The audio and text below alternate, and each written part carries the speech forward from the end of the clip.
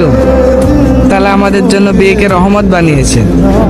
হাদিসে এসেছে, বিয়ের পর স্বামী স্ত্রী যদি একসাথে 2 রাকাত নফল নামাজ পড়ে তাহলে আল্লাহ তাদের দাম্পত্য জীবনে বরকত ও শান্তি দান করে। চলো আমরা আল্লাহর নাম নিয়ে আমাদের পথ চলা শুরু করি। ছাড়ো আমাকে, অনেকক্ষণ থেকে তোমার বকবক সহ্য করছি। কে তোমার বউ? আমি কারোর বউ না। আমার একটু স্বাধীনতার দরকার ছিল, তাই তোমাকে বিয়ে করেছি। ছোট থেকে আমার একা ঘুমানো অভ্যেস, এই বিছানাতেও আমি একা ঘুমাবো। কি হলো, কথা কানে যাচ্ছে না? হ্যাঁ হ্যাঁ, তুমি এখানে ঘুমাও, আমি ওই সোফায় ঘুমাচ্ছি। কি হচ্ছে এত রাতে? এখন আর রাত্রি নেই তো, ফজরের আজান দিচ্ছে। আমি মসজিদে যাচ্ছি নামাজ পড়তে, তুমিও উঠে নামাজ পড়ে নাও। উফ প্লিজ, তোমার যা ইচ্ছা করো, আমায় কেন ডিস্টার্ব করছো?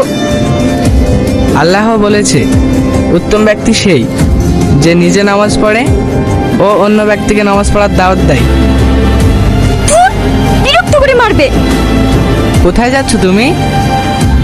একটু বাইরে বেরোবো। আজকে বাড়িতে অনেক মানুষজন আছে, সাথে মা আব্বু আছে।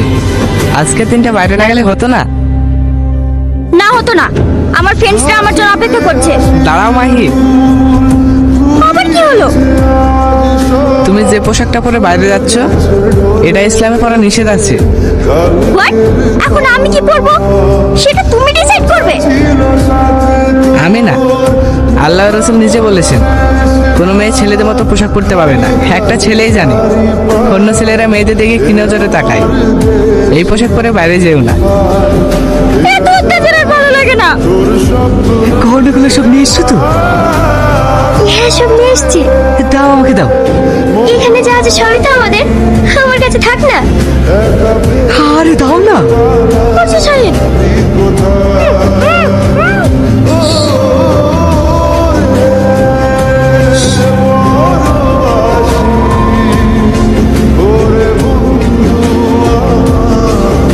আর আমার মেয়েকে আগে দাও।